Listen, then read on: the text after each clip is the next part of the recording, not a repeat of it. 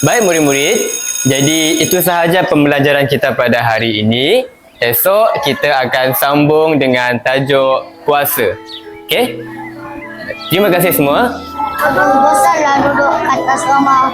Kau boleh buat apa pun. Kalau duduk rumah, boleh main Mobile Legend. Apa yang kau gelakkan tu? Best sangat kau baca buku ni. Best sangat, kau kena try. Ish, betul-betul lah. Okey, esok kau janji dengan aku, kau ikut aku. Boleh? Pergi mana pula ni? Adalah rahsia. Yelah. Ali, kenapa kau ajak aku pergi PSS pula ni? Kan kau pelik kenapa aku suka sangat baca buku. Aku nak kau dah satu buku, lepas tu kau cuba baca. Yelah, bagi aku cari jap.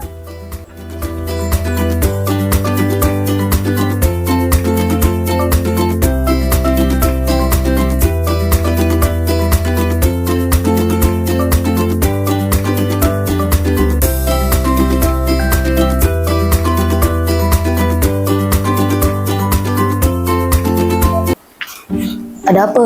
Aku dah jumpa. Jumpa apa?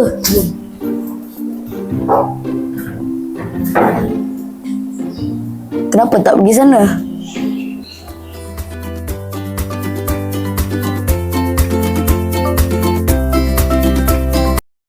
Aduh, bosanlah. Aku kan ada pinjam buku. Cubalah baca jap.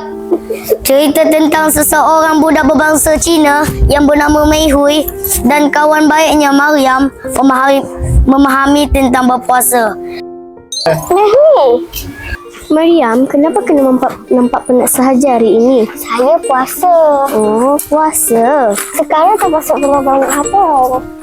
Oh, cikgu, apa itu puasa? Puasa ni maksudnya kita tidak makan dan tidak minum daripada waktu subuh sehingga maghrib. Budak-budak dia tak wajib berpuasa, tapi Mariam dia semangat. Allah. Cikgu, saya lapar. Alahai Mariam, tahan ya. Cikgu percaya Mariam boleh. Kalau tak tahan sangat nanti, Mariam puasa setengah hari dulu ya. Sebab Mariam kan baru pertama kali puasa. Baik. Abu, Astagfirullah. Ali, terkejut aku.